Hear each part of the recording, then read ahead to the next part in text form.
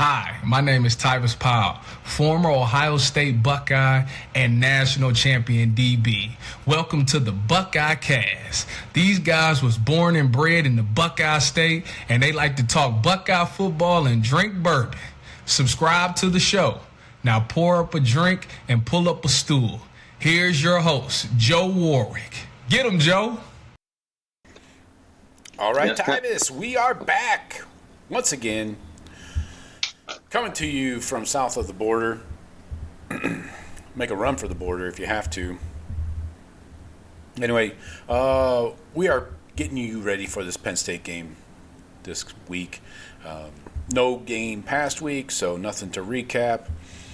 So we're going to do some quick discussion to get the ice broken.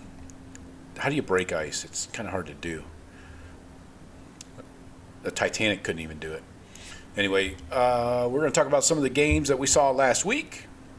And too soon for Titanic jokes, apparently. Anyway, let's talk about, and we will do good, bad, and ugly. It's probably going to be more nationally focused. But let's go around the horn. What do you guys got? Biggest upset? LSU? Near upset by the Cox? No, LSU and A&M. Bama played Oklahoma. Yeah, Bama should have lost that game. I mean, I thought Texas Bama was going down. Texas in overtime. None of those were upsets, in my opinion. Okay. Almost big upsets. I mean, South Carolina had that game, like Sean said. South Carolina was in control of that game over Bama for most of it. Yeah. And they scored they scored 12 or 14 points in 2.5 minutes or some shit. And with the 2-point conversion or whatever, yeah. Yeah. That's my thing with both the Texas game and the Alabama games. I feel like they were gifted those wins. Yeah. I mean, I didn't watch the Texas one. I just read about that one, but there's no way South Carolina should have lost that game. No. And then Vandy about gave theirs away. Vandy about pissed down their leg, but then hung on to win that one. And in Missouri, I think Missouri is probably about equal to Vandy as far as I agree. I was going to get to something I just wrote down looking before this. There's like a cluster of 2-loss teams that consist of between 18 and 21. That's Oklahoma, Missouri, Texas, and Michigan. I like Missouri over all those teams. Well, and they lost their quarterback for the season, though. Oh, did they? Okay. Yeah. I don't like them as much anymore. The guy that left Penn State, was it Prabula. Prabula, yeah. He broke his ankle or knee injury, but no, he had the same injury that Drew Aller. Because somebody was running the comparisons. Him and Drew Aller got the same injury, season-ending. But I didn't think much of Oklahoma. Just because they beat Michigan early in the year and everyone was on that Heisman bandwagon for that dude. I watched most of that game at Oklahoma Ole Miss, and he don't look that good to me. No, in Oklahoma, they could lose their last 5. Their schedule, they have left Bama, LSU, everybody's ranked. They've all ranked opponents. Tennessee. Well, is LSU a problem? Well, I guess probably not a problem at this point, but LSU, I tell you what, LSU's freshman tailback, holy shit, Harlem Berry, I believe. That kid looks like the best running back, one of the best I've seen this year. I'll bet LSU has more talent in the locker room than Oklahoma. Oh, yeah. I think they do, too. Interesting. I think we might be talking about their head coach here in a little while, but I think it's a poor. I think what happened with the head coach? I don't understand. He got paid $54 million to go away. Yeah, hate that. Hate that for BK. Couldn't happen to a cooler guy. I can't stand it. Oh dude. yeah, I got some. We're gonna do some BK highlights here tonight on the show. So strap it in, folks. You'll enjoy it. You guys have always been. it's never been on my radar as much. I feel like, especially you, Joe, you've always hated this guy. He brings out something in you, and you always have hated Kelly. Because you can see through him. He's like a used car salesman. He's full of shit. He's never done anything. I mean, he made it to the playoffs. He gets smoked every time when he was with Notre Dame. I mean, what's this guy ever done that matters? I don't like watching his interactions with his assistant coaches and stuff. Yeah, well, I don't know how they would go. The cameras really go in on him during the games. I would probably punch this dude on the sideline. I mean, the way he talks to people, like the way he treats people. I got no use for this dude. I don't think he's a good. I guess he's a decent coach, I guess, because he's not. I mean, he's not just a horrible coach. I mean, but I don't like how he runs. I don't like how he runs programs. I don't like. We'll get to it later when we dive in on him, I guess. I got a couple other things on him. Yeah. Well, Josh Pate last night went in on him pretty hard as Josh Pate will, being an SEC honk that he is. But he's a national, podcaster about college football. He's all over. He's on like every channel now. He's expanded out. But I respect a lot of what he has to say, especially about the Brian Kelly situation. He said that I should have queued it up. Actually, that's my bad. He said that Brian Kelly has been checked out on many decisions in his football program, not just staff hirings, but recruits as well. What do you mean? What do you mean checked out? Like he's on a beach in Florida. He's not aware of a lot of situations. Like he's letting his staff handle a lot of shit that I guarantee you Ryan Day wouldn't be oblivious to.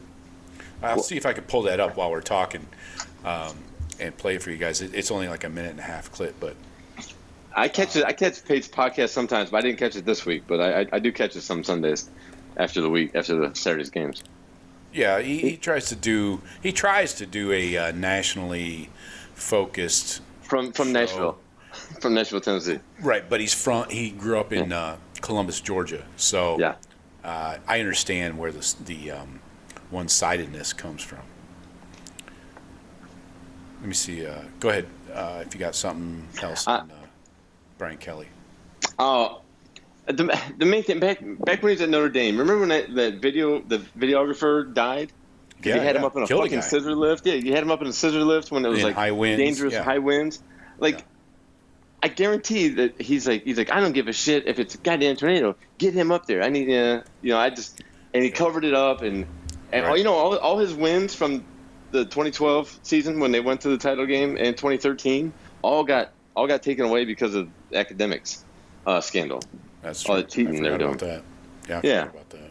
So what was the detail on that? Do you remember? Was it just no-show classes or something? No, I don't remember the exact.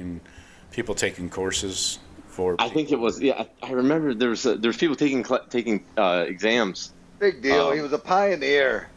Well, yeah, UNC had been doing it for years, so it's not like he was, breaking new ground. But yeah, I got it here now. I got nothing. I have no redeeming quality. I don't think there's anything. Nobody's ever said anything good about him. No, that's the thing. Like that's my point. So how does he keep hanging? How does he keep hanging these types of jobs? Notre Dame, LSU. I mean, well, he wins. Probably a good salesman. Yeah, he wins 10 games a year. That's all I got. It is. It is rich that he said when he went to LSU, he wanted to go to a program where he would have an opportunity or have a chance at winning a national title, and Notre Dame's been to the title game since he's left, and he has not done. I hasn't even gotten to the playoffs since he's been in LSU. Okay, here's Josh Pate. How long is this? We're not going to do a 9-minute segment. Yeah, let's not. So let's start the beginning. Here we go. React to this live. Brian Kelly is done. He is out as the head coach at LSU. You can check out Pete Nakos. I'm sure he'll do a great job over at On3 laying out all the details and how the buyout's structured and all that stuff. I don't care. It's not my money. I don't have to pay it. Brian Kelly never understood the assignment at LSU. I can't hear it at all. He never understood what the L stood for. Me either. It turns out the L's ended up just standing for losses, but the L on that chest right there stands for Louisiana. Brian Kelly had no interest in Louisiana. How about now? He had interest in two letters. One of them's B, the other one's K. And L didn't really have much place in it, to the point where he got there and almost as part of this preconceived agenda, flushed a lot of Louisiana people out of the building at Louisiana State University, including many who could have been very useful to him. One of them equipped players to whip his tail last night in his own building. That's Tommy Moffitt. He's the least of Hoomst, not the most of Hoomst or in total. But, you know, it's funny that it doesn't have anything to do with him being an outsider. Okay, Brian Kelly was an outsider. Sure, he's not from the South. Sure, he's not from Louisiana. Neither was Saban. Saban's the best they've ever had there. Well, where'd he come from? Came from West Virginia by way of Michigan State, but I'll tell you what he did. Toledo. He looked at the LSU job and was attracted to it because of Louisiana. Brian Kelly was attracted to it because he thought he could make a lot of money and just kind of go spend some more money and get better athletes down there and win a title doing it the way he's always done it. And never did it factor into his decision making, maybe I should harness what makes Louisiana great. And so it was really obvious, like as time went on, you noticed my tune changed on Brian Kelly. Really changed. Anyone who's watched the show for a while knows when LSU hired him, I thought he'd do really good things there. My tune pretty radically changed on him a couple of years ago, and I stopped praising him. We didn't have him on the show anymore. That was a conscious effort. Now, Brian Kelly never did anything to me behind the scenes. He was always really good to us, so there was nothing personal. There was no vendetta. It's personal to me because I love LSU. Because LSU, I've told the story many times, in 2019 was kind of responsible for this show blowing up. So I've always had a very, very special corner of my heart that's reserved for LSU. And I saw a guy that didn't properly respect the job he had and didn't fully appreciate the job he had. He appreciated making the money. He appreciated the idea of having LSU on his chest because it meant, hey, I'm a major SEC head coach that's making 8 figures per year. I like that idea. I like who doesn't standing on top of what other people have built to try and grab a brass ring that I couldn't grab at Notre Dame. I like that idea. But I'm not so in love with the idea of making myself one of them. He didn't ever want to be one of them, one of you, one of us, whatever you want to call it. So I cooled on him a couple of years ago because I kind of found out what the inner workings were about down there. He was checked out. He was totally checked out. Now, I don't mean that in the kind of way that a teacher is checked out the last 2 weeks of spring semester when she knows she's about to retire. Not that kind of checked out. A college football coach checked out, still working a ton of hours. So I don't mean it like that. But in the most critical parts of roster construction season there, portal, recruiting, this dude was on a beach. And it never really got talked about publicly. And I never talked about it publicly. But hey, man, he's gone now. So I'll talk to you about it now. I lost all professional respect for how he was going about his business there when I found out how checked out he was on some of the most critical parts of LSU football. And here's the thing, it's not a personal thing with him. I'm fine with Brian Kelly. I get it. You personally. said that 50 times. But professionally, dude, there are not many jobs like the head coach at LSU. Some would argue it's the best job in. Okay, that's enough. So anyway, you get the gist. He goes into more detail about the big decisions and recruiting and stuff and things that Brian Kelly just was not involved in or interested in, you know. So I'm not a bit surprised that this came to a firing. It was weird that this conversation with Brian Kelly and the AD took place at the governor's mansion with the governor. That's odd. I don't think that would happen in Ohio. Most of these schools, it is the highest paid state employee. Yeah, but governors aren't getting involved in university politics and hirings and firings. In Louisiana? Exactly. That's my point. In Louisiana, it's different. It's very different, I know. That's why I'm not surprised. But anyway, let's see. Let's do some maybe Brian maybe Kelly. you have to now though. If this is a state university and firing him must have to cost them money, maybe you have to clear it with, hey, this is state funded college, and we're on the hook for some of this, so you're going to go spending our money. You need to clear it. And maybe the governor's on the fucking Board of Regents at LSU. It's very possible, right? Oh yeah, sure. So, anyway, let's do some Brian Kelly greatest hits here in his short time in Baton Rouge. We got to start with this one. This one's a beaut. And we're sitting here again. We're sitting here again talking about the same things. His offense. Not finishing when you have an opponent in a I just position love him slamming the table to put him away. But trying to be a what tough we're guy. doing on the sideline is feeling like the game's over. Yeah. Anyway, classic Brian Kelly. This one makes you uncomfortable. If it doesn't, then there's something wrong with you. Oh yeah. Oh yeah. What's he doing there? He's trying to be John Travolta. He has no cool. He has no cool. He has not an ounce of cool in him. Not just that, but grinding on a recruit. Yeah. Hell to the no. And he's just trying. He's trying to be hip, Stop. and he's like, Make it stop. yeah. All right, this one we need audio for, so I hope you guys can hear it. It's the best. Oh, yes, this is the best one. It's the best. Well, That's a genuine. great way to get started. And I haven't even won all my games yet. I haven't even won all my games yet. It's a great night to be a Tiger. I'm here with my family. Mi familia. And we are so excited to be in the great state of Louisiana, but more importantly, to be with you great fans and to be part of what is going to be an incredible ride here at Louisiana State University. University. Putting the accent where it doesn't belong. Like a And it's not even like Southerner.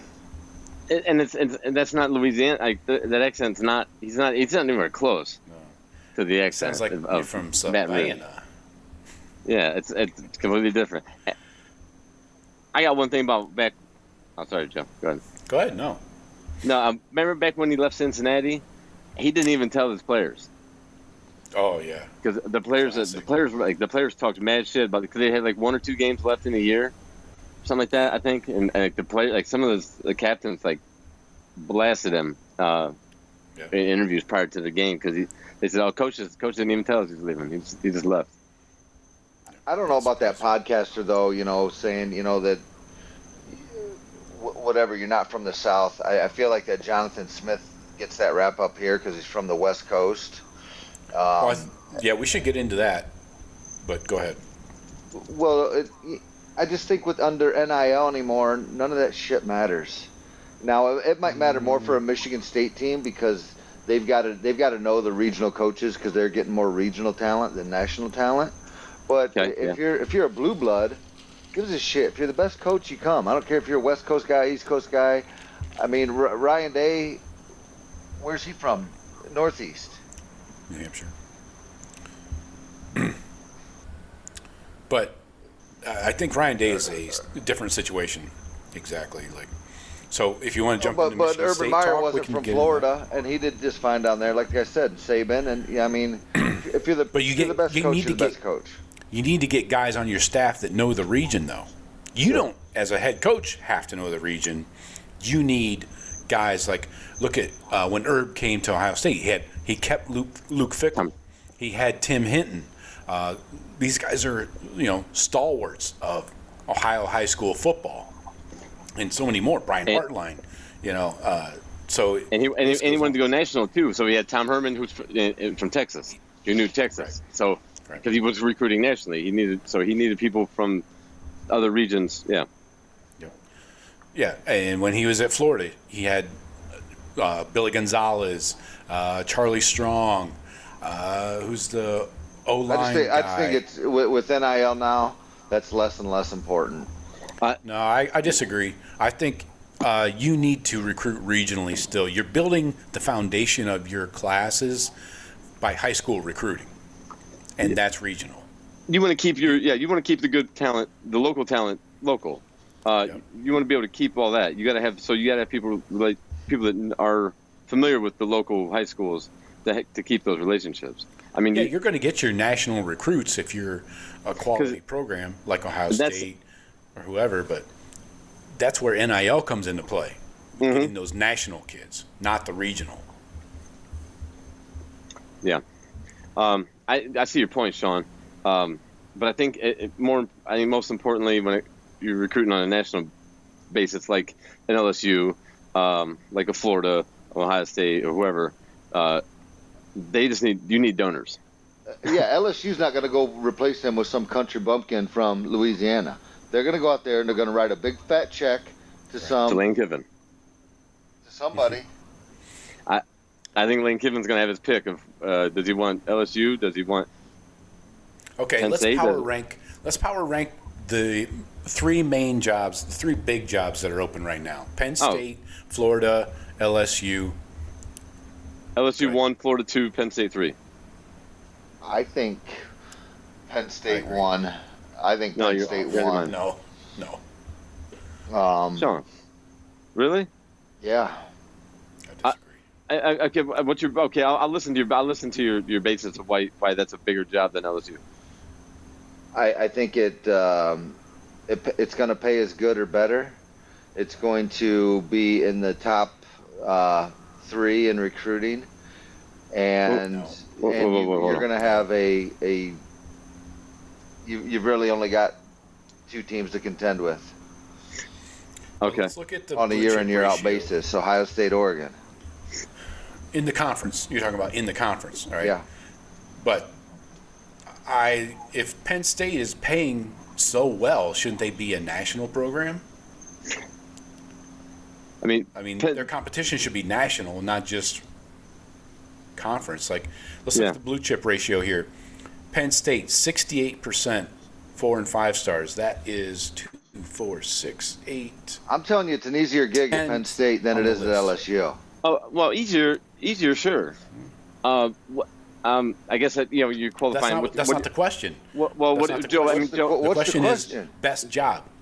Well, there's a lot of different ways you can look at that being the best job. So, yeah, I mean, I think because of the proximity to talent, I think LSU is because the South has way more talent in Louisiana, Mississippi, Texas, Alabama to Florida, and Georgia than Penn State would have dealing with the DMV area, in Pennsylvania, which is where they have a stronghold there.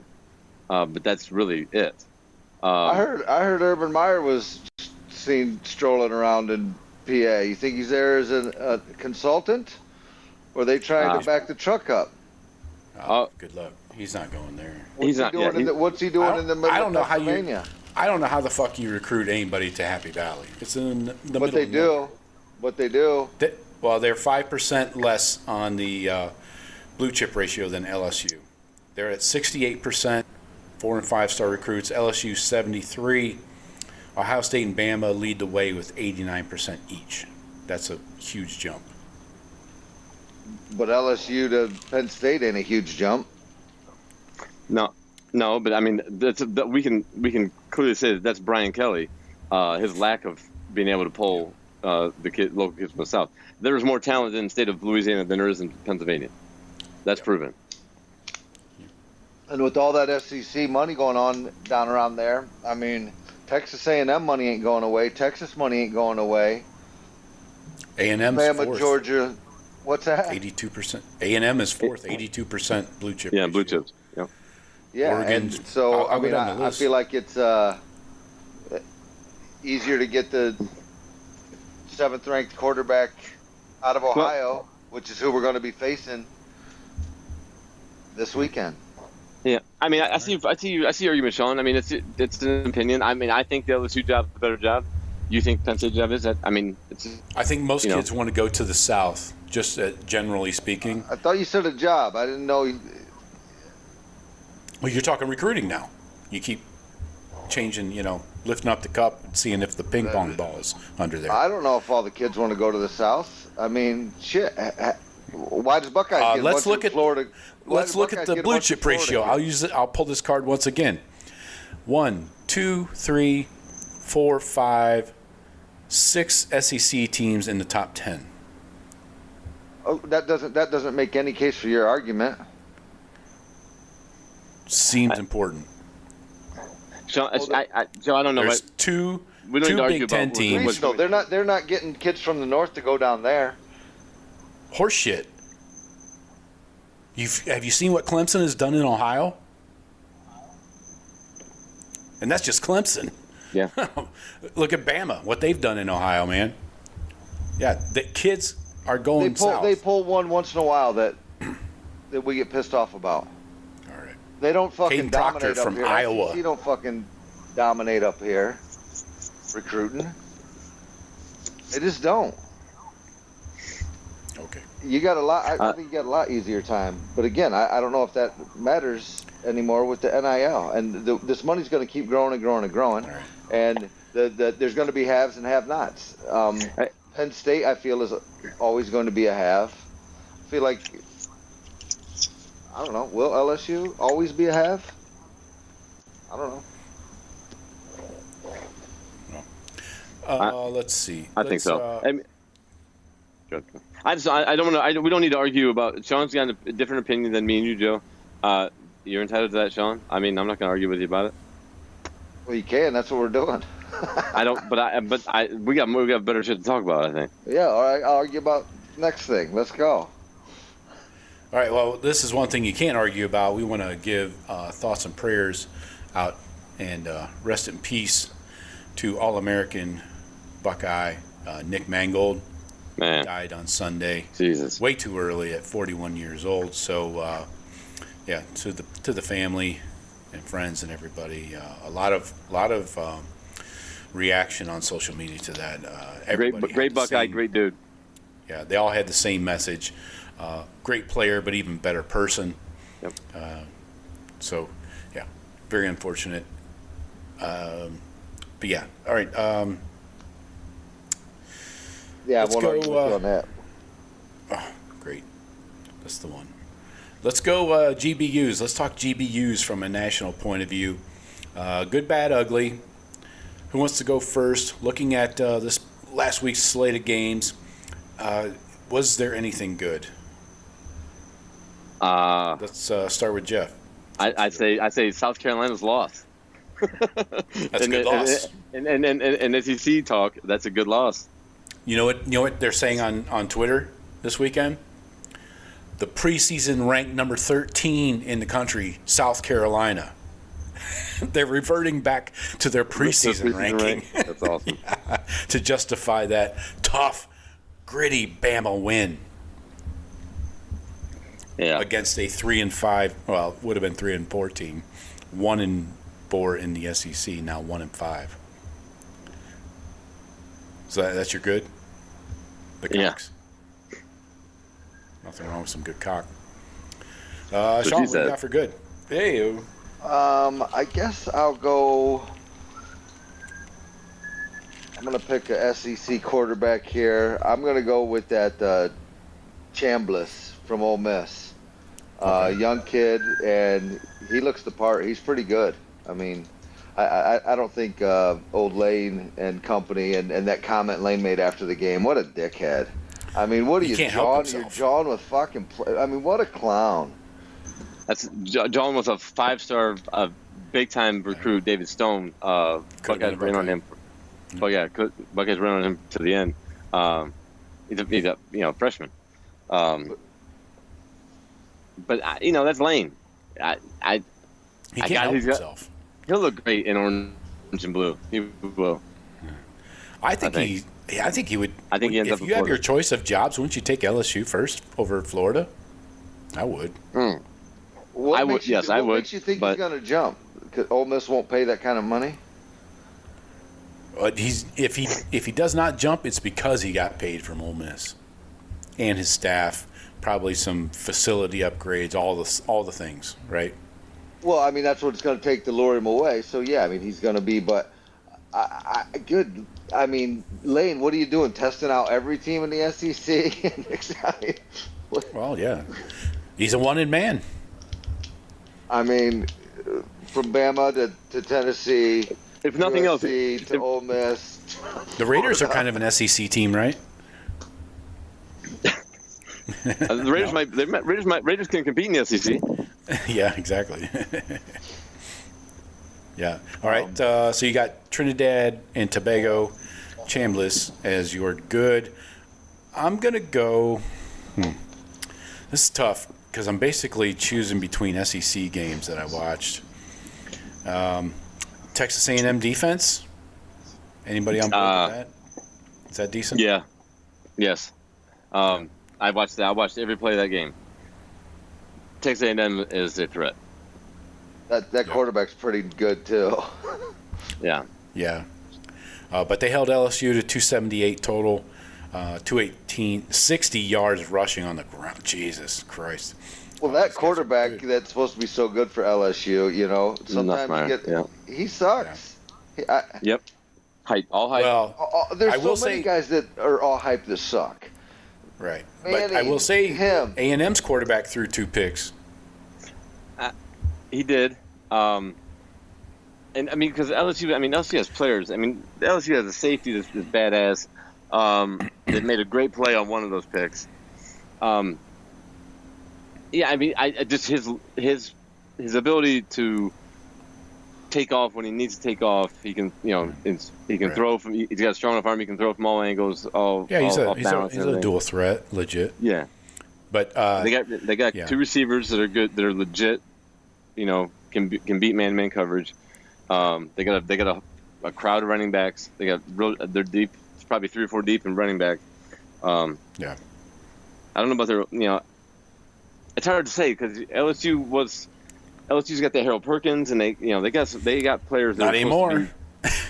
Well, they shut it down. Yes, but sounds like Perkins is gonna sit it out. For who? For what? Yeah, I think A&M showed that I think that they are just beating in Death Valley on Saturday night, which is similar to playing at Penn State in whiteout, as far as electric sure. home field advantages. I was impressive. I was impressed with that with A&M because I hadn't seen the full game of A&M yet this year. Yeah. But they're impressive. Let's keep it moving with our good, bad, and uglies. So I'm going A&M's D. I may have to circle back and pile on that game again. But anyway, back around to Jeff for your bad. What'd you see that was so effing bad?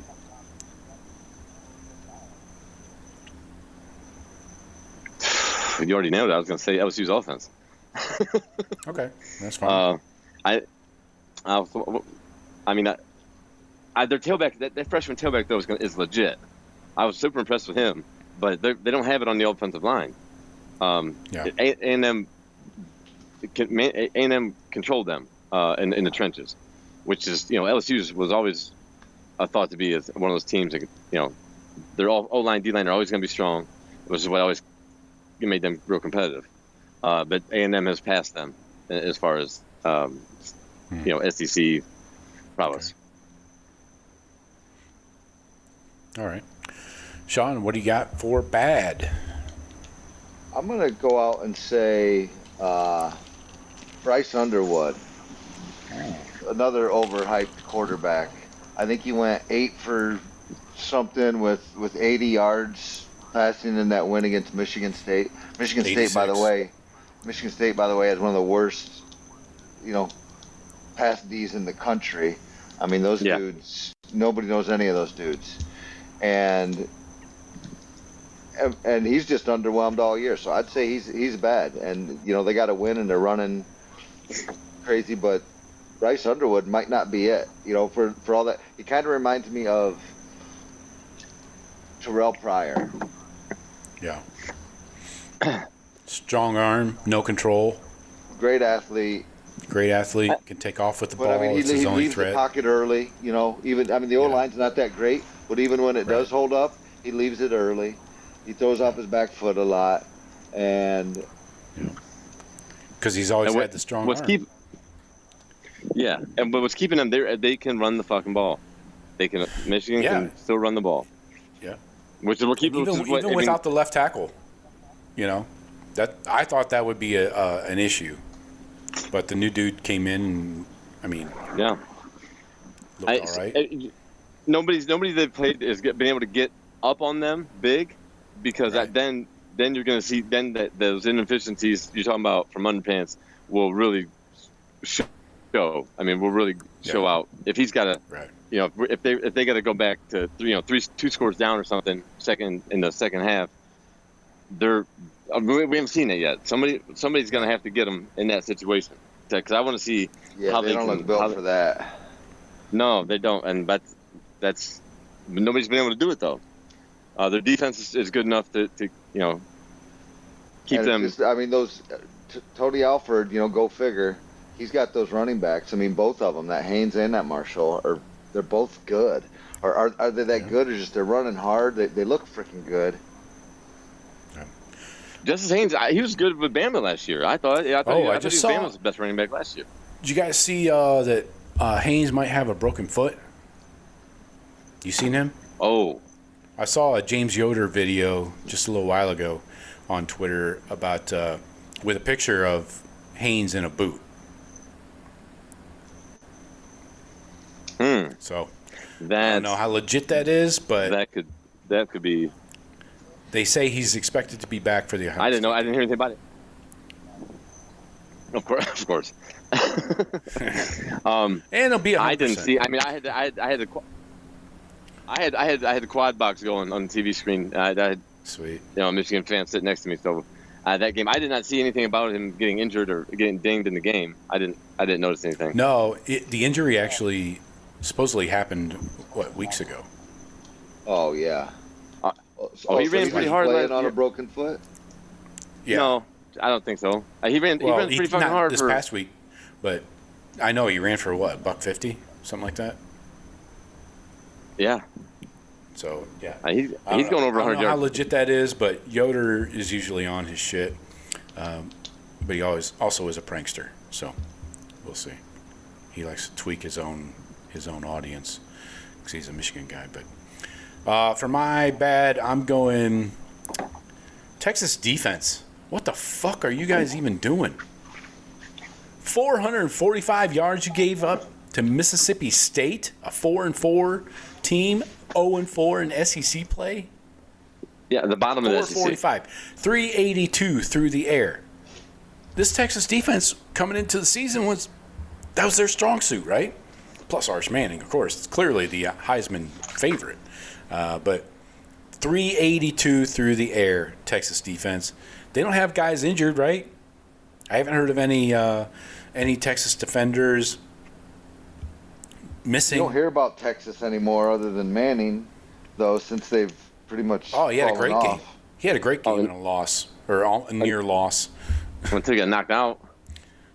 Oh, yeah, they did have to bring in the backup. But anyway, bad is the Texas defense. We got to get rolling here. We got to do this whole Penn State preview. Let's go ugly. Back around to Jeff. Brian Kelly's blow up on the special teams coach for LSU.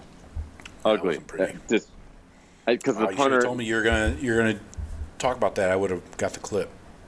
Yeah, this dude. I don't know. That's why nobody likes him. Yeah, that's just. Oh, dude, it was. It was horrible. He's like, he's right in the special. He goes, red cost you your job. What the fuck are you doing? He said that just cost you your job to the special teams coach. Then he's on the headset with the OC. He's like, you can't throw that fucking ball with no timeouts. He's just an asshole. I'm sure that this is selective camera work because they know Brian Kelly is like under the microscope and, nearly fired during the game. They're like, let's get in tight on his face and let's lip read his ass because you don't do that to like any other coaches, right? We don't see that hardly ever. No, but he makes it because he gets so red and so angry and the red face helps. Oh, it was ugly. It was ugly. It was ugly for all the way around. Yeah, he's a dick. I agree. Sean, what do you got for ugly? Ugly. I'm going to stick with that Michigan State game. There was a point in that game where Michigan was up 10-7. I think it might have been maybe the first drive or that after halftime.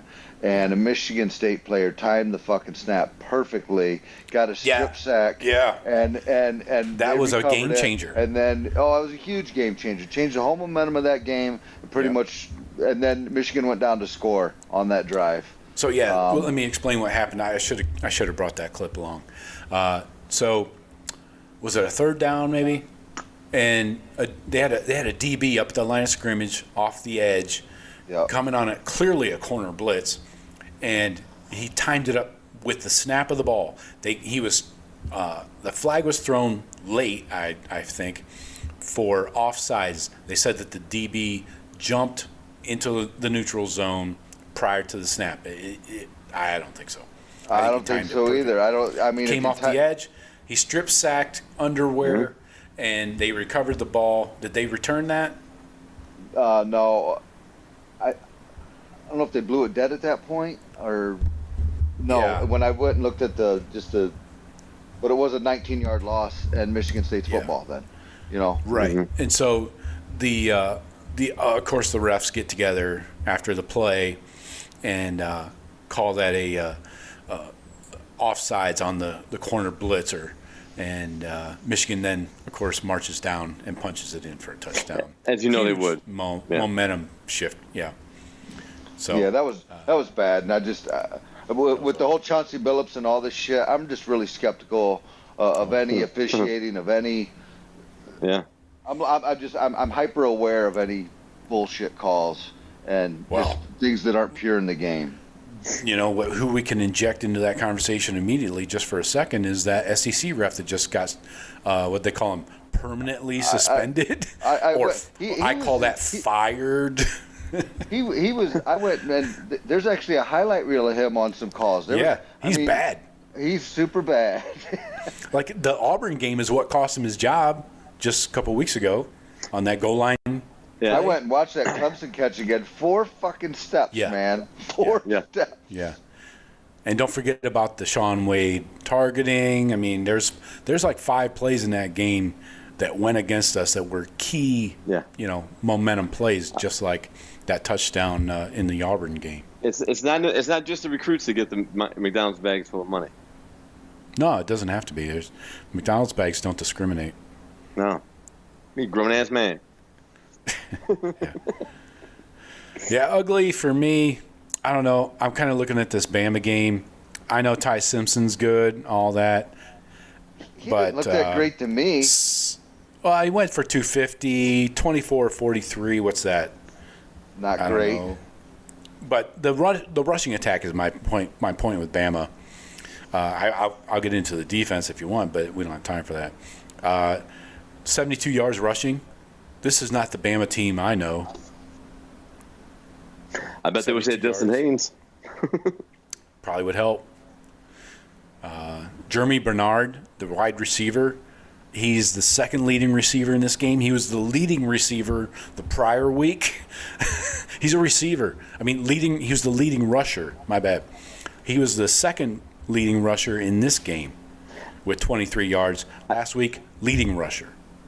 Yeah, he may be their best offensive weapon. Ryan Williams has gone ghost.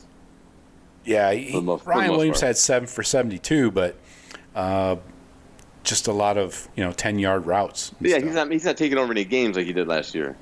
Right. He's not making those freaky catches.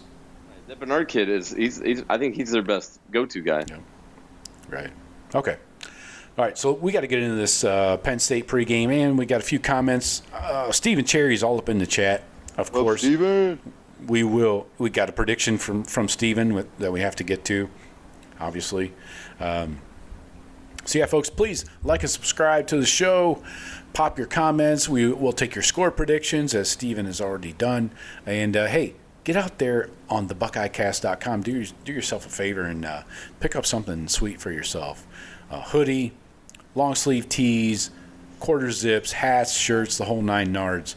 And get something there. You got Christmas coming up here in less than 2 months. And don't forget about that shit. But anyway, everything's on sale. Yeah, I need a hoodie. I need to get on there. I need to check get it a out. hoodie. Yep.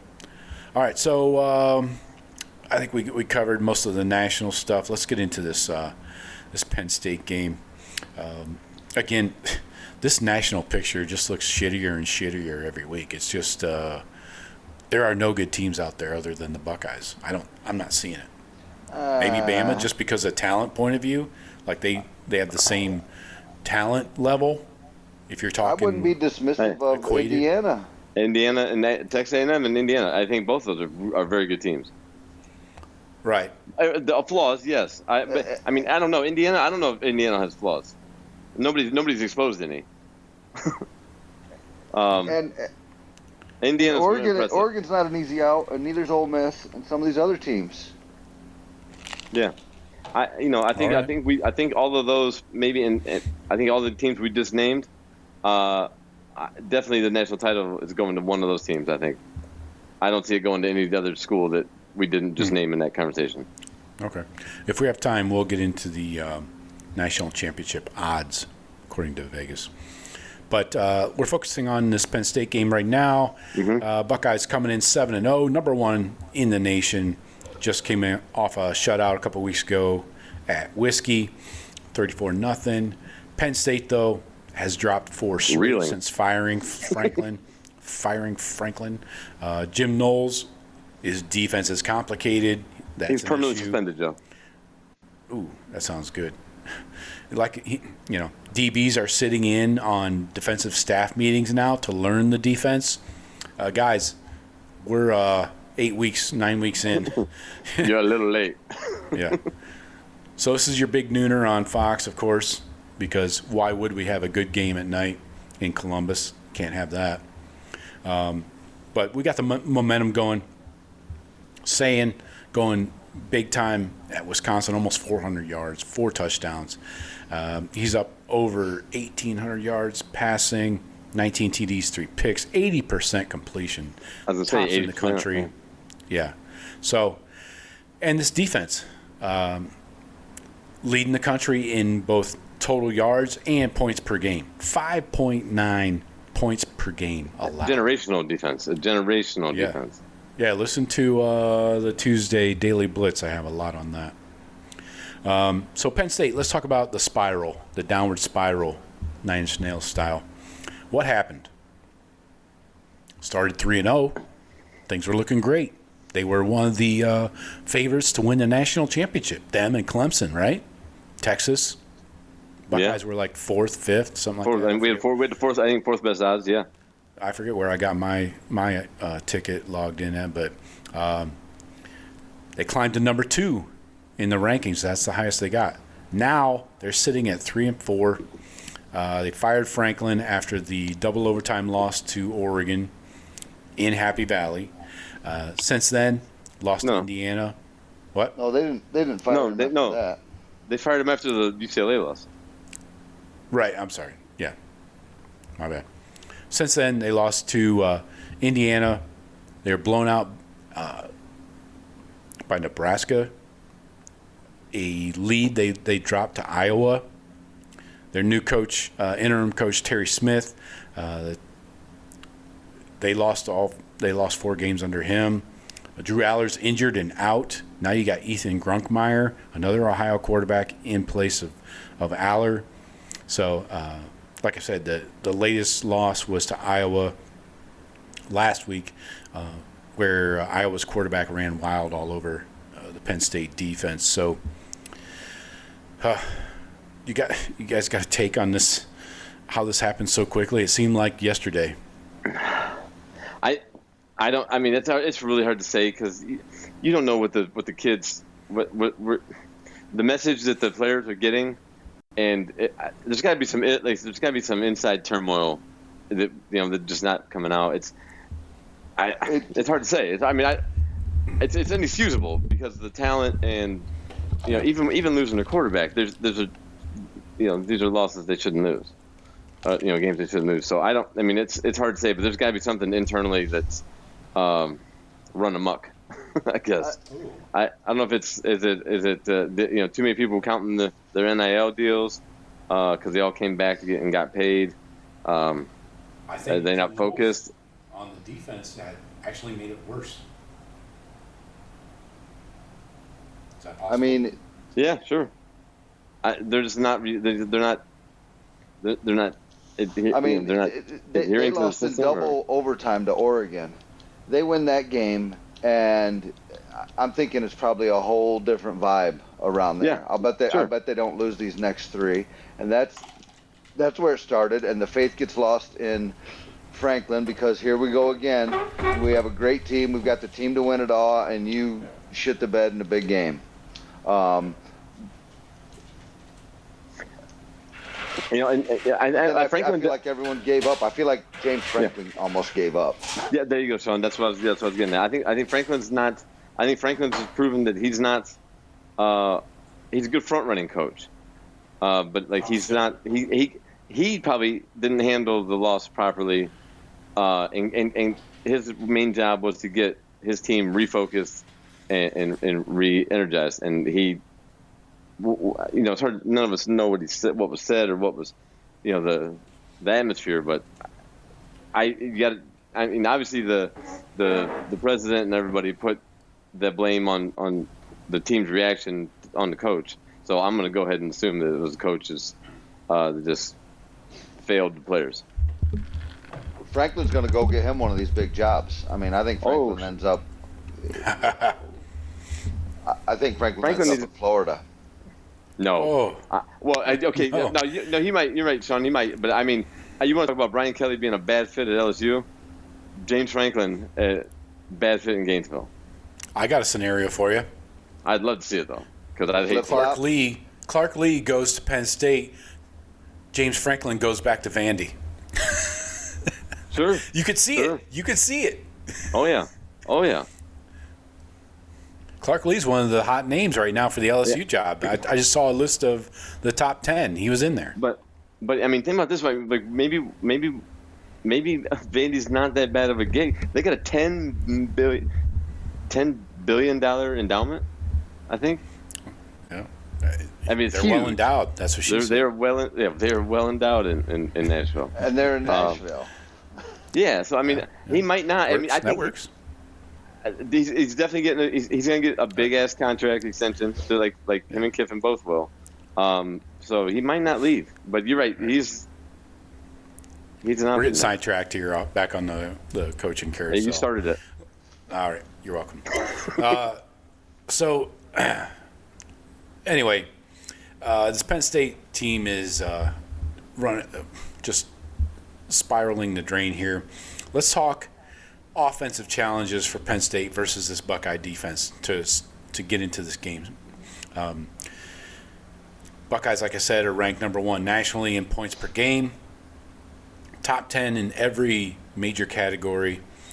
Matt Patricia's scheme is with the simulated pressures, disguised coverages, your athletic linebackers. This is a nightmare for any quarterback. Forget a young quarterback that's thrust into this role that did not expect it with Grunkmeyer, Though the Buckeyes don't have like a Bosa or a Chase Young edge rusher, they make up for it with confusing the quarterback, right? With linebacker play and the way that the D line plays. So they use 7 defenders to crowd the line of scrimmage, but only rush 4. The problem is, it's never the 4 you expect, right? You're like, okay, I see 7 dudes up here. They're bringing 4. It's just it's not the down lineman all the time. But Penn State's offensive struggles are due to the new OC, Andy Kotelnicki. They haven't found any rhythm. He said this in a press conference recently. He said, he was asked what's wrong with the offense. He said, quote, "I don't know." Solid. Is that a bad sign? Is that wrong to say?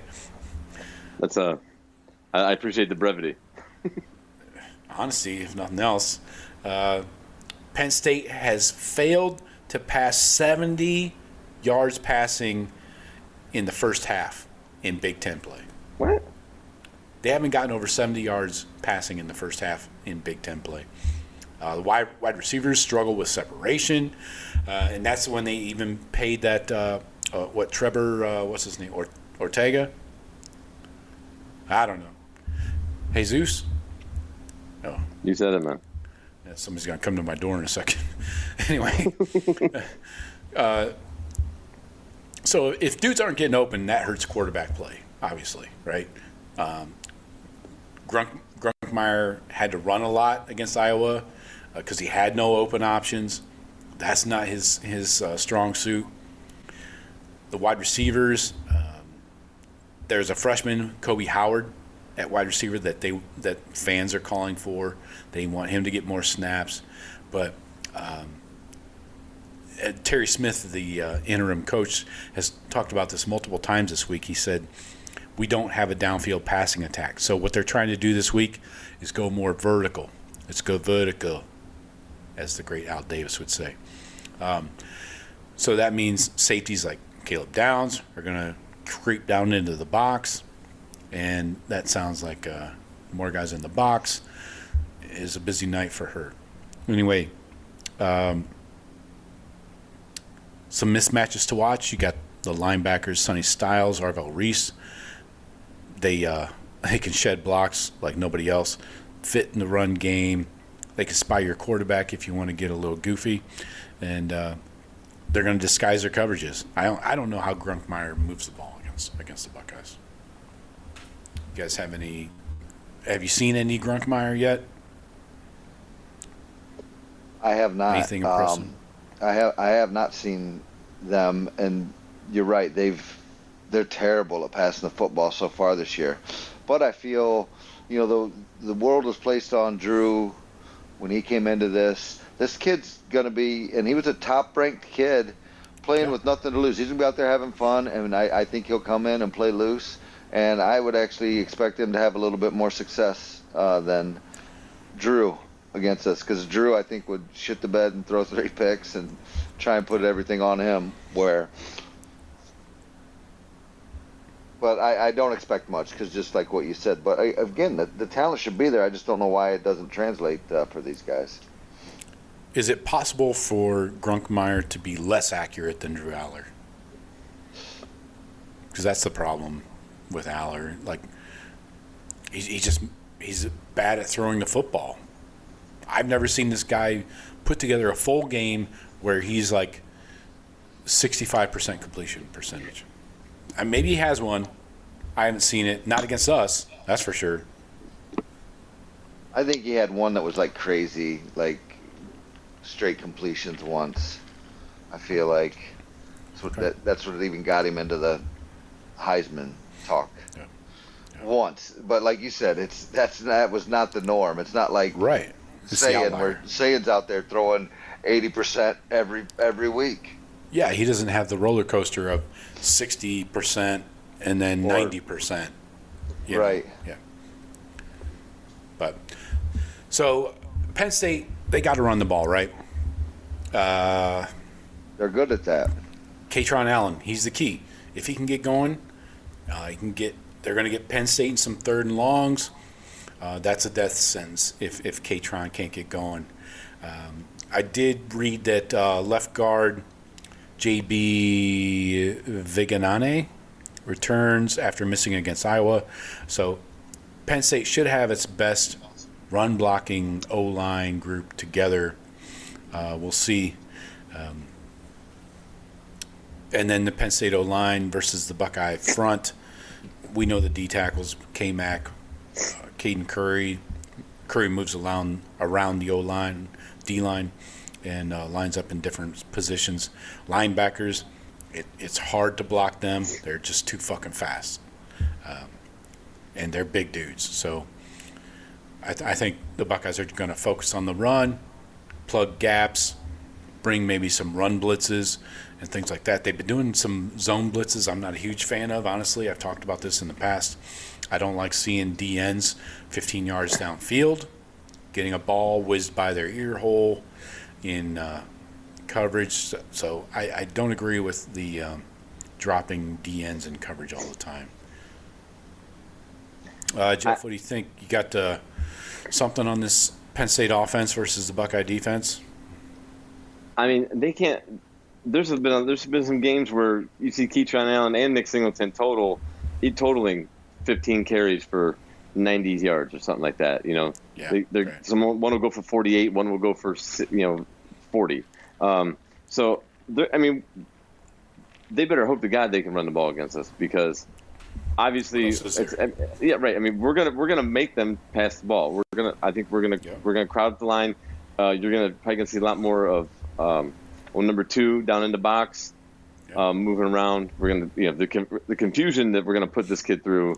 They're not gonna be able to practice it. They're not gonna be able to train him for it. Get him ready for what he's gonna see. There's gonna be a lot of, hey, just call the run and hope for the best. O-line, hold every play and hope we don't get called. I mean, I don't know what they can. Hope is not a strategy, Jeff. It might be in Happy Valley. It might be Hopi Valley this weekend. Holding might be a strategy. I don't know what the fuck they're gonna do. I mean, they can't throw the ball against UCLA or Northwestern. They damn sure ain't throwing the ball against us. So I mean, we're gonna, and Patricia's gonna have a field day with him. But our guys got to execute. Our guys got to tackle. Katron Allen he's a pro. He's a pro running back. So, I mean, we got to wrap him up and force these 3rd and 7s, 3rd and 8s. And then we're at our best. I gotta think Kolnicki is gonna empty the kitchen sink on offense, right? Oh yeah. They're gonna do a lot of misdirection, flea gadget flickers, plays. Basically the Michigan you got a playbook. brand new quarterback though. You can't get too squirrely here. Loosey goosey.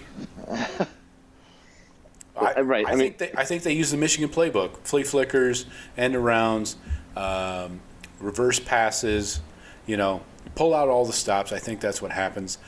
Otherwise, I mean, they need a lot of misdirection where guys over pursue, take the bite on the fake, whatever.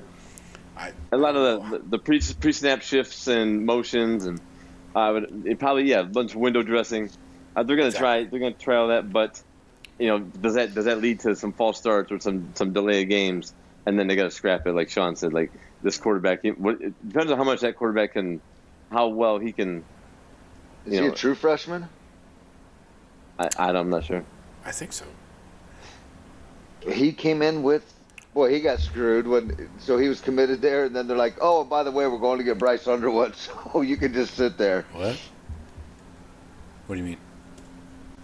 Oh no, I mean for Alar, I guess he was the next coming for Alar. He's 20 freshman? Years old. He is from Olentangy, so he's a Columbus guy. That's why you're going to have a Buckeye fans cheering for him. Right. My fucking Google is coming in Spanish. Every time I do a Google search, it's in fucking Spanish now. What the fuck? I can't read that. Hey, Zeus, where you at? Get your ass in here. Yeah, tu problema. Un Dolores. Anyway, how does Penn State stay in the game? Stay out of 3rd and long. Get Katron Allen going early. Eat clock. Maybe you can get that freshman wide receiver going. Good luck. Simplify the game for Gronkmeyer. Avoid the mental overload, with Matt Patricia's crazy looks on pressure and coverage. And the O-line's going to have to win their one-on-ones. Good luck. This seems like, again, hope is not a strategy. If they could, if keeping Ohio State to 3 possessions in the first half type shit, you know what I mean? Yeah, bleed the clock. Keep it. Yeah, gamble on defense, probably try to force force turnovers on defense. Yeah. Steal possessions. We know Jim Knowles loves himself a zero blitz. We've seen that in action. I just hope to God. I would love. I don't care if their offense scores. I don't care if their offense, has a great day and they can run the ball for 200 yards. But if we can score 60 on their defense, that'll make my fucking day. Does Ryan Day hate Jim Knowles? Yes, big time. I don't think he's a fan. He uninvited him to the celebration after the national championship, the day of. Well, because remember Knowles trying to Yeah. renegotiate the week of the championship. Yeah. Yeah, I just want to. I'm more concerned. I want to embarrass their defense more than I want our defense to play solid. I guess. That's the thing. This Penn State defense is really good against the pass. At least have that. They got Their talent. run D sucks. Their run D sucks. 91st. Pass But our run defense offense 5th. sucks. Well, there you go. And Strength against strength, I guess. and who are the passing offenses that they've faced this year? Oregon. Okay, Iowa, right. I mean, UCLA scored a shitload of points. Oregon beat them. Yeah, shitload of points. So, I mean, the rest of the teams they played were no threats on offense, or no threats to the air. So Nova, Nevada, FIU, Northwestern put up 22 the week before the Iowa game. So, I think you got garbage offenses putting up 20 plus. Yeah. So. They're fifth in the nation in pass defense. I wouldn't have thought that at all. I wouldn't have thought but they probably they probably had great performances against Nevada, FIU. Exactly. Don't they got some stud safety? Yeah, AJ Harris from Georgia. Isn't he a corner? He's a corner. Oh, corner. Okay, he's a corner. But yeah, he was a transfer portal, 5-star, top. Buckeye. They always got dudes back there. It seems. But yeah. So the Buckeyes need to balance on offense. Expect more perimeter runs, RPOs, screens. Penn State plays a lot of man coverage. Again, the wide receivers are smiling right now for the Buckeyes. If Julian What's the weather? Sayin Do we know a weather forecast, Joe? Oh, let me just dial up my weather app. I'm wondering if our pass offense would be hindered by bad weather. Definitely would be. Right now, it looks like I don't know what the fuck is 10 degrees Celsius. That's 50. Probably, yeah. Get back north of the border, Joe. Sorry. 50 and sunny. Yeah, and it looks like 11-mile-an-hour winds. 50 and sunny, 11-mile winds. Yeah. No problema. Yeah, exactly. Hey, senor. Hey. Yeah. So I don't see weather being a factor. The Penn State offense versus Buckeye defense we talked about basically. Good luck is all I can do. So Mike Scopes predictions. Yeah, let's do it. Buckeyes right now. I got a Buckeye favorite by 20.5, over under of 43.5. Is that got to be the biggest? That's gonna be the biggest spread ever in a High State Penn State game, right? 20.5. Yeah. I don't know if Penn State's ever been that big a dog in a long time, since like post, Sandusky shit, like Bill O'Brien era. Go ahead, Jeff, when you're ready. You want score predictions here, Joe, or you want to do microscopes? Score predictions. You said 43.5 is the total? Yep. I think the Buckeyes score 46. Penn State, 6. Ooh. All right. A couple field goals in there. All right. Sean, what do you got? See, that's there's never been a spread that big because it's a sucker's bet. Don't fall for it, boys. This one you got the hometown kid coming home to play quarterback for a team that took Air Noland over him, so he's going to be a little bit fired up. He's really got nothing to lose coming there. Hometown Except kid. You got Knowles that for all the weird stuff about Knowles. Of any coach out there, he probably knows more about the Buckeyes than anybody right now. True.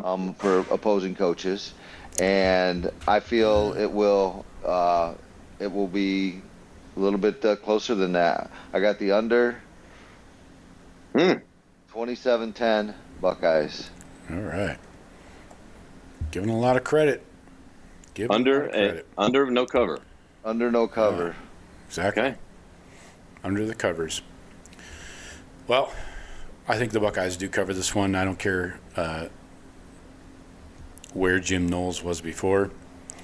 He can't help this offense. He can't help his defense. They want to stop the run or the pass. Doesn't matter. We'll go the other route. I think we can get it going. use the pass to set up the run. I think we roll 37-6. The Jim Knowles factor, I think he probably is checked out too. He's probably sending his resume around the country. I don't think he'll be back there. I don't care who the head coach is. Well, because the head coach coming in can just say, "I want he's damaged goods." I think exactly. We've seen it. It took him 3 years to turn the Ohio State defense into the best in the country. Yeah, he did it. That's great. You did it. What about the first 2 years? And I don't think, and recruiting wise, I don't think he had much to do about any of that. No, not his strength or his interest. And it's just gained so much steam, the NIL and the recruiting, it's become more and more obvious he's not interested. Yeah. So he thinks his scheme maybe he gets that Oklahoma State job, right? He could go back out there, head coach. Anyway, but Buckeyes cover, roll. I guess take the under. But anyway, let's go to microscopes on Jeff, offense. Jeez, where do we want to go here? I'll go off the board. I'll go to the tight ends. I'll go Max Clare. I want to see Bo. I want to see Bo Jackson thrive on more, but I've had him the last couple weeks, so I'll go off the board. You guys can take your receivers because we know they're going to blow up. So I'll go Max Clare. All right. On offense, defense.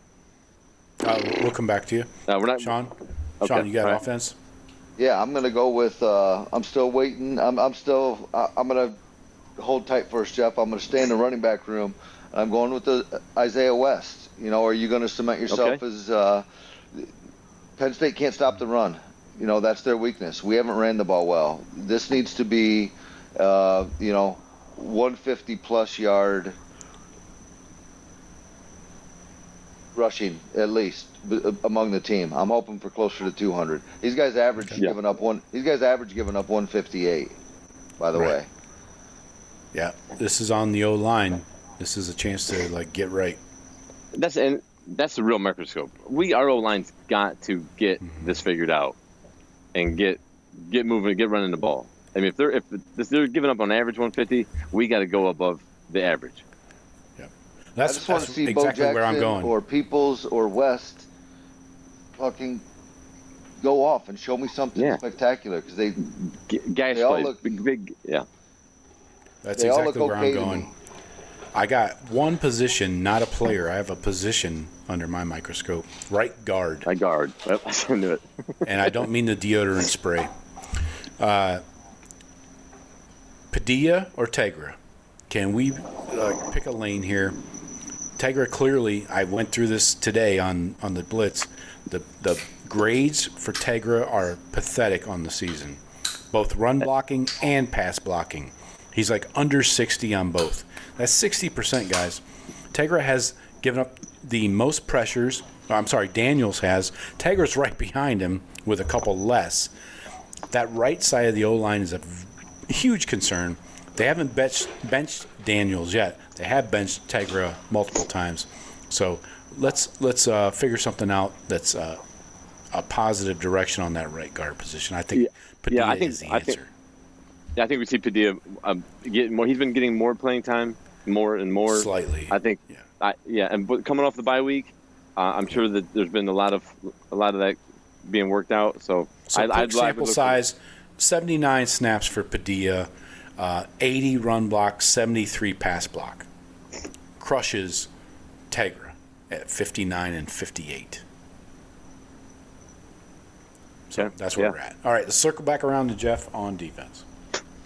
I'm going to go Jermaine Matthews. Just number 7. They're one receiving option, really, their main option. He's gonna have to deal, and if it's not him, it's gonna be IGB. Jermaine Matthews, I love the dude as a player, so I just want to see him maybe like a Chris Gamble type game, pick, return for touchdown type. It does depend on if Lorenzo Styles is back. I assume Styles will be back, so that means everybody is back to their normal positions. They won't have to move Jermaine to the slot. So, yeah, I agree. Yeah. All right, John, what do you got on defense? Kind of in the same vein, I am going IGB. All right.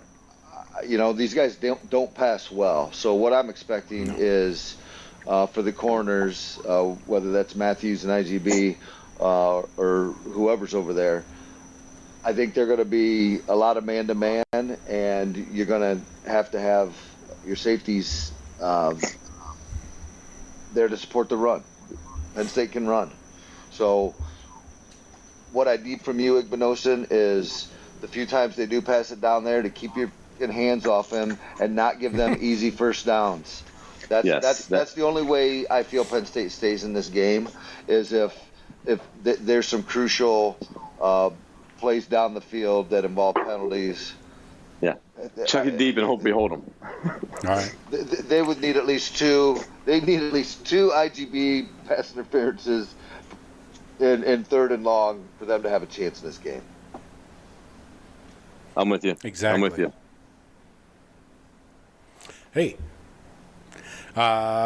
So because Penn State's probably going to run the ball well, I'm going to go Arvell. I think he is your he negates everything. Doesn't matter. If you can block the front four, great. Arvell's going to come and clean up. And don't forget about Sonny Styles, too. But I think Arvell has a huge tackle game. This is a high-volume game for Arvell. He doesn't need to spy a quarterback here. He's probably spying Katron Allen, if anybody. So for a huge tackle game, might lead the team with 6, 8, 10 tackles, whatever. Arvell. And shocker, a sack. And a shocker. sack. Yeah, shocker, Arvell is an important piece to the Buckeye defense. Things have changed so much.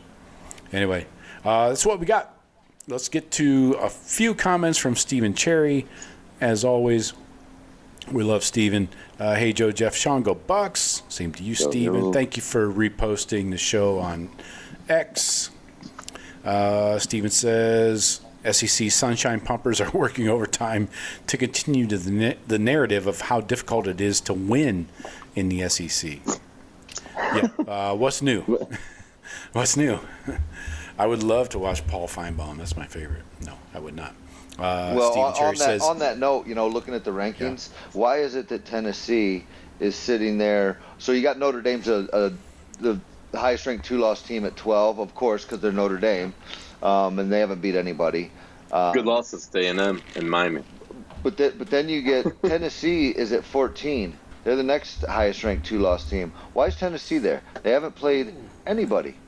The two teams they played, they lost to, and everybody else they beat. I don't understand what puts them above Oklahoma, Missouri, Texas, and the rest. It's the way the SEC works, man. They prop it up. They're the Tennessee was the team that they brought up first time I'd ever heard top 15 matchup when it was Tennessee Georgia. Nobody ever says, you say top 25, you say top 5, maybe top 10, but top 15 because Tennessee got to 15, so they just they moving the goalpost. So wherever. Anyway, moving on. Just thought I'd mention that. Yeah. Steve Cherry says Ohio State 48-10 over Penn State. I'm down with that. I have no problems. Stephen Cherry says Sharon Moore in Michigan no longer appealing to cheating decisions per ESPN. I'm so shocked. Not. Great not joke. Fucking cheaters, yes. Great use of a not joke, Stephen. But not. Yeah, I read that too. Not surprised either. A couple left here. Stephen Cherry mixing in some baseball here says Ohtani just hit another home run. Dude is an alien. Yeah, it's 2-0 Dodgers. Oh no, 3-2. Shit, 3-2 Toronto. 3-2. Oh my God. Toronto. Uh-oh. Yeah. I guess the thing to do in Mexico is take your shirt off whenever you feel good. Anyway, Stephen Cherry finishes up. Remember when Knowles left Oklahoma State? Gundy basically said he was given no notice when he left and didn't sound too fond of chain coffee drinker. Okay, well, yeah, Knowles does have a clear coffee addiction, but Gundy did piss and moan just to try and get more money for his program. Didn't work, obviously. Sorry, not sorry. I still think Knowles could go back there and be head coach tomorrow. Just my opinion. He's home, though. He's a Philly guy. For how long? That's the problem. If he gets fired, crazy. where do you go? The Temple? new reality of college football, 5 weeks ago, James Franklin, like I said, they're going to build a statue of this guy. He wins that Oregon game and goes on playoffs again. And now, boom, you're not even getting on the flight back from L.A. Exactly. This new football is no bullshit. I mean, this is results now. Because you can turn the season or team around now, like Signetti in Indiana. He immediately, it was a quick turnaround. It wasn't I need to get my guys in here, give me 4 years. No, you don't need it. Google that shit. You need donors. That's all you need. You don't need 4 years. You don't need your recruits. You need donors. Yep. Cash money. Cream. Exactly. Cash rules everything around. $1 bill, y'all. Yeah. All right. I got nothing else, folks. We appreciate everybody's comments. Drop your score predictions in here, and we'll see you back in the States next time. Don't drink the water, Joe. Too late. Anyway, Jeff and Sean, appreciate you. Yeah, bro. Yes, sir. Talk to you later. Peace. Goodbye.